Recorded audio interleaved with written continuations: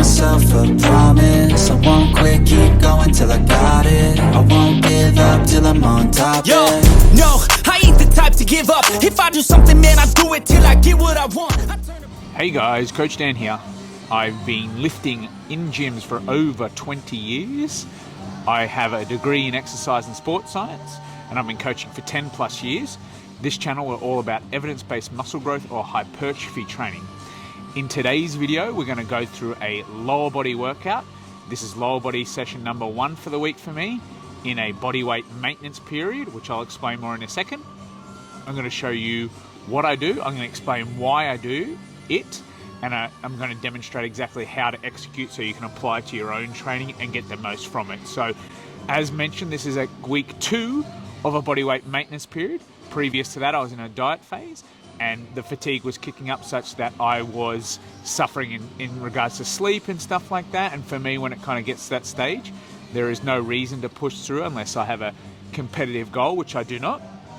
So we take a maintenance period, let some of that fatigue come down, and then, you know, re-enter that phase if need be, or just head into a weight gain phase or stick at a maintenance phase. So we'll see what happens. This is December, so we're going in towards Christmas, so we can assess next year where we're at after a couple of weeks to months worth of maintenance, and then go from there. That's currently where we're at. Some things that I am considering in the new year is a change of program structure. So currently I run a, what is it? It's a push-pull lower split, but I do it as push, lower, pull, and then push, lower, pull again. So potentially next year I might be looking at an upper lower body split. I've just got to spend the time to sit down and structure that out. But yeah, that's where we're at. Let's get into this workout. So this is going to be full lower body. To be honest, since adding the food back in and entering a maintenance phase, I've started to feel sensational again. Progress has come back, training feels good, dieting can be tough from the perspective of performance and stuff like that. But you get to see, your muscle gain work and that come to the surface essentially. So anyway, lower body session number 1. This is what you might call a quad dominant session. However, I am doing hamstring curls first, seated hamstring curls, almost as a bit of a warm-up. Also, if I go and do my quad dominant movement, which is a hack squat, that'll make this really bad, but the other way, this doesn't make that bad. It's almost acts as a warm-up. So seated hamstring curl, not too much to be said here. I think seated hamstring curls are good from the perspective that you get this pre-stretch position, and that seems to be value for muscle growth. So if you think about if you're reaching for your toes, you've got that hamstring stretch. We're flexed at the hip and extended at the knee. Now, if you're doing a lying hamstring curl, you are extended at the knee, but not as flexed at the hip. Usually there's a little bit of this, but you're definitely not in this position. And because the hamstring, or a lot of the hamstring passes both the knee and the hip, this is a more stretched position. So theoretically, this might be more effective for the hamstring specifically, right? So a couple of points. We keep that nice and low on the back of the ankle, but somewhere where you can still hook it back or still get some leverage on it. If you're all the way on the heel, you won't be able to pull on it. But if it's all the way up your leg as well, it'll be a bit uncomfortable, and also it makes your leverages better. Clamping this down nice and tight, so that locks you into place. So it's just you versus the machine. From here, heels to butt, control the up phase, big stretch, heels to butt. So something I do at the end of movements like this is also partial reps. So when I can no longer get my heels or the machine all the way to itself, I'll do half reps to increase the stimulus. So we call those partial reps, and that is due to us being a lot stronger in the stretch position on a movement like this than we are down here. So just because I can't get that all the way to here doesn't mean the muscle is not fatigued. It just means I can't get it all the way to here. So I can get it a little bit more fatigued or go a little bit closer to failure if I do some partials. And for me, it works well on a movement like this, and the stimulus goes up. So that is a good thing. All right, let's get into it.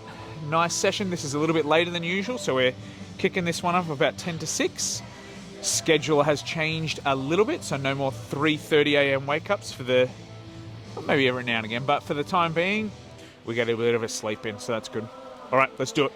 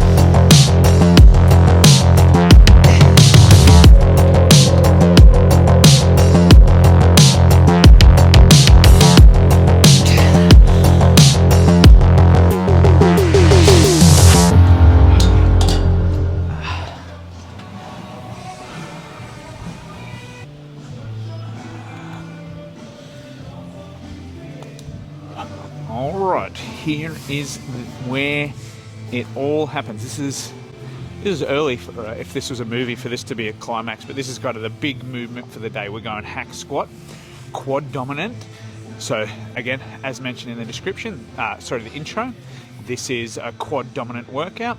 Hack squat's probably always been my all-time favorite for quads, not from the perspective of it's fun, but because I personally feel a massive stimulus. Different from like a Smith machine squat, a back squat, things like that. The fatigue of those, like you just feel like that's just crushing you. This, you feel, you get off and you're, fatigued, but you also feel for me personally, how jacked your quads are. And that's how you can go about choosing different exercises. Is the stimulus where you want it to be? They call it stimulus fatigue ratios, is a term that's been coined. If the stimulus is very high, fatigue is low. That's kind of like, that's the unicorn. That's the best you can ask for. If the stimulus is high and the fatigue is high, sometimes you make that trade-off. If the stimulus is high and the stimulus is low, fatigue is high, you go, well, I could probably find something better in this regard. So like you're doing an exercise and you get to the end and you feel joint pain or just generally tired, but you don't feel the stimulus where it needs to be, like there is probably merit to change that exercise if there are other options for you, you know what I mean? So in some circumstances, there's no other options. All right, so hack squat. So for me, this particular hack squat, nice and smooth, allows a good range of motion. So I use yoga blocks on some hack squats I've used before, but this one is pretty good. I'll set the feet pretty low on the platform. Toes pointed out is usually a pretty comfortable for me, and I always just kind of lean towards that. I probably don't have to, but I lean towards that to allow a good range of motion as well. So if we're toes completely straight on, you might find that you kind of run into yourself. Toes out allows some space to go down into. We'll come down in here like such. We push up. As always, with most movements, control the way down. Nice range of motion. For me, I'm after a whole big range of knee flexion.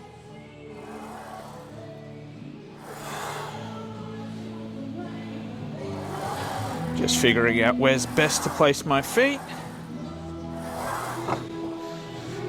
And then we're off.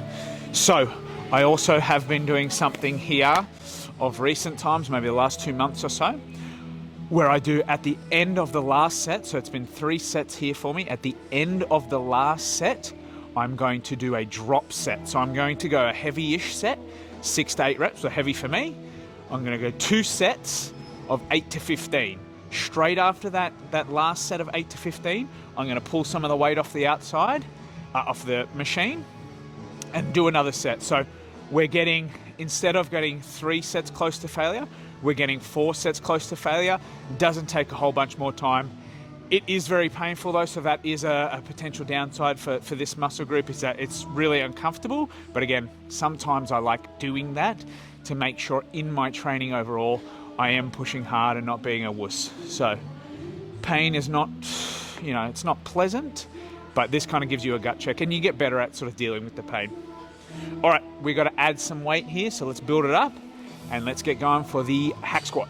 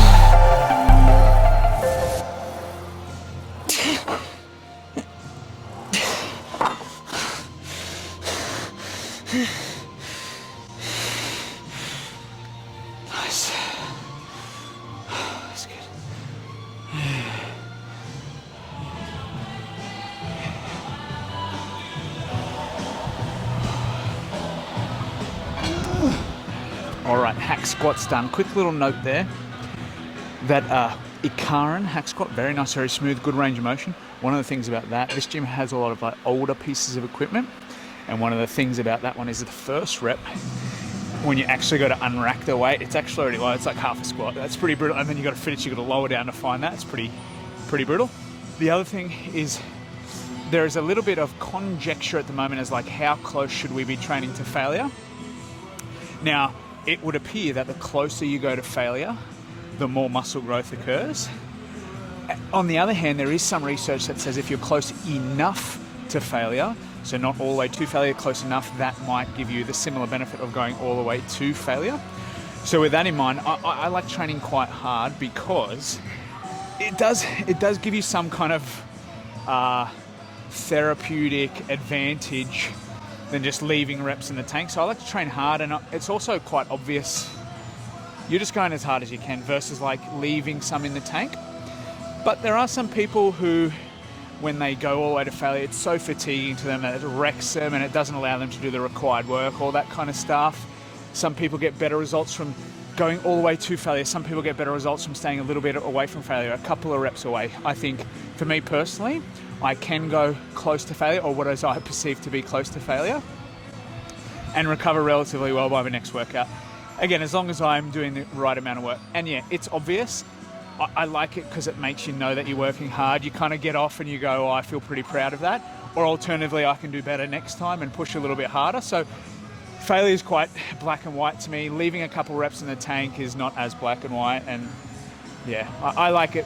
Although training's not about therapy or doing something cathartic, I do like that element of it as well. You train hard, you feel good about putting in that good effort. Anyway, with that said, we go to this, I don't know what brand it is. I think it might be a Paramount squat press, I think I call this. They call this. It is called. Again, being an older piece of equipment, it's been powder coated and whatnot and refurbished. So it doesn't have any brand on there, but that's what I think it is. This kind of looks similar to a hack squat, but with the back pad up. One of the main differences, this is on a hinge. So there's a hinge down here. You might not be able to see it on this angle, but I'll try and find an angle.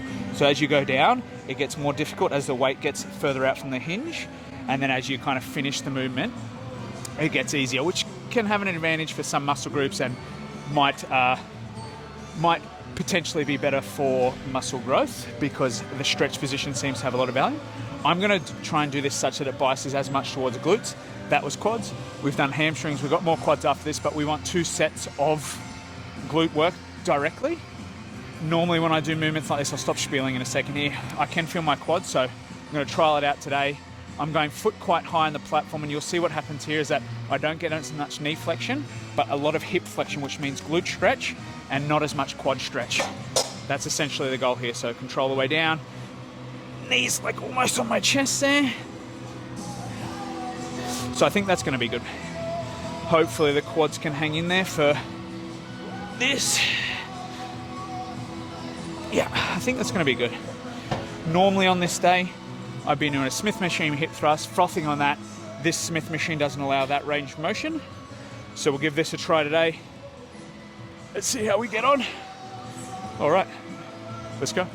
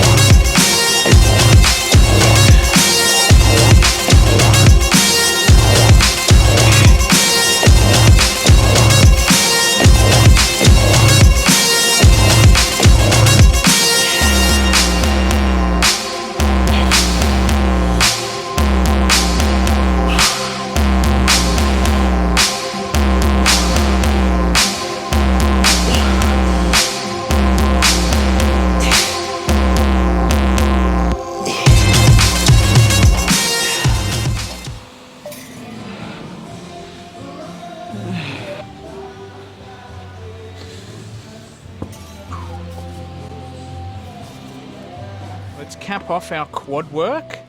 Let's quick little note on that. What do we call that? Single leg squat press, I think, plate loaded. I like it. I think that's going to be good. I've only really tried that in passing in times gone by.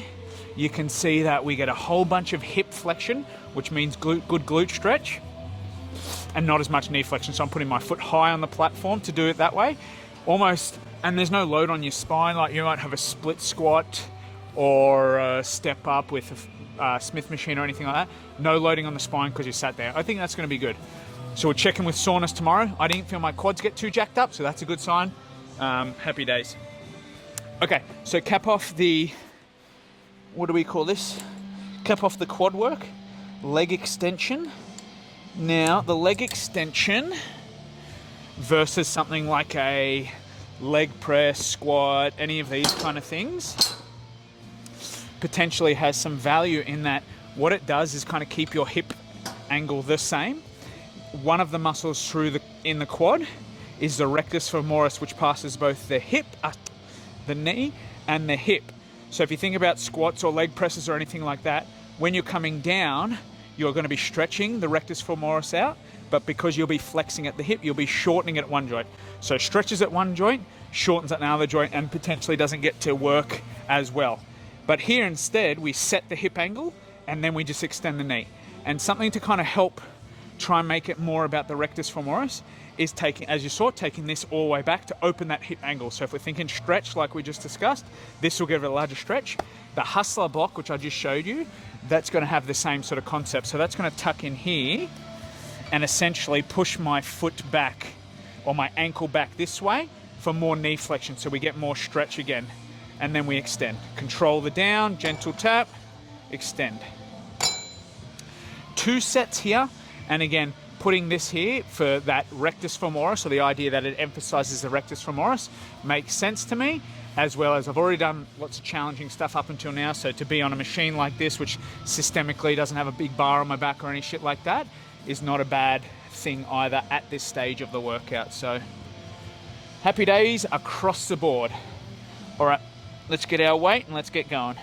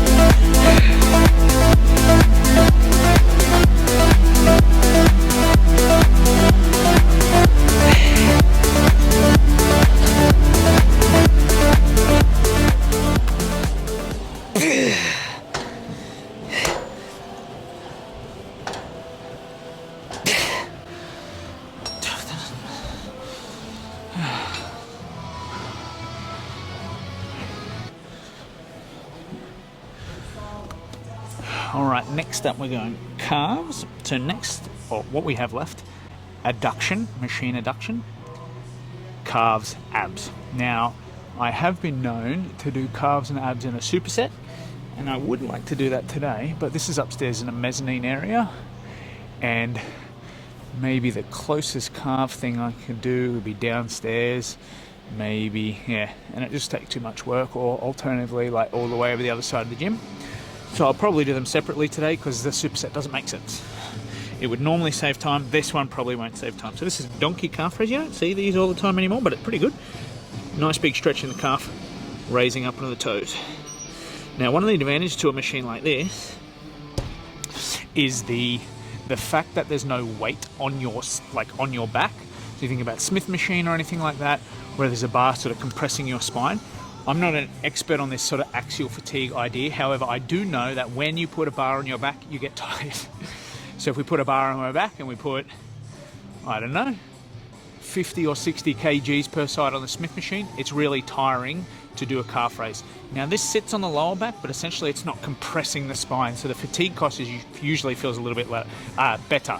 I have been known to do a leg press calf raise, a single leg calf raise, what's the other one? Belt squat calf raise. All these calf raises where we don't load the spine, I am a big fan of. Like, I used to quite like that Smith machine variation, but yeah, just putting a bar on your back after a really challenging workout, it can be done. It's that next level of fatigue that I'm just trying to, if you can get something that's equal without that fatigue, why not?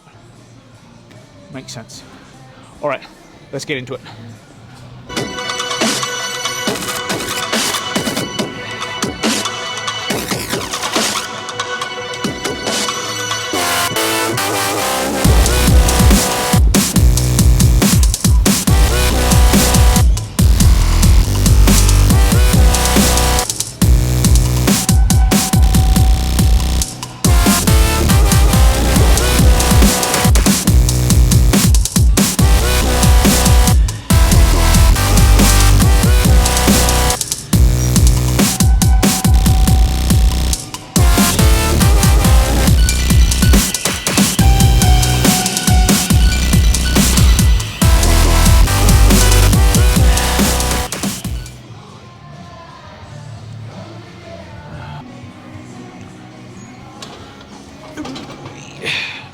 Alright, couple to go. We're going machine Adduction. This is a pretty good machine. I don't know what brand it is. Allows a good range of motion.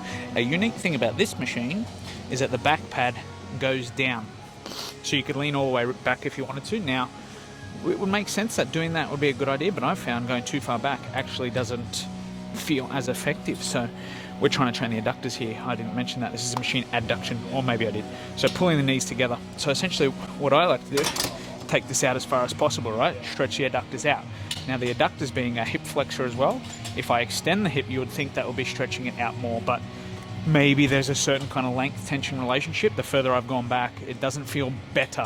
So I kind of keep it pretty standard, pretty conventional, but take this out as far as my flexibility will allow, and just lean back on the pad, knees towards one another. Control, gentle tap, bada bing, bada boom.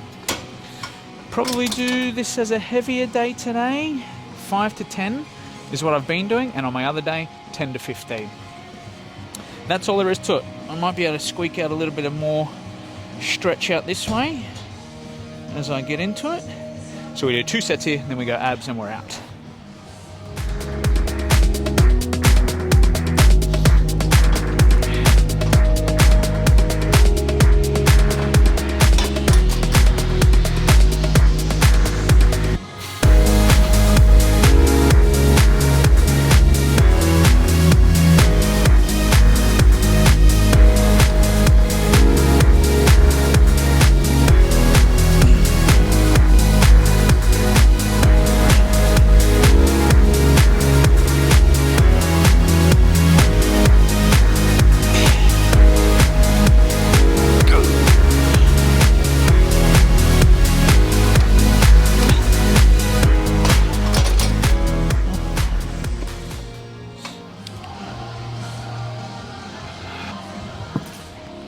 Okay, let's cap the workout off with some abs.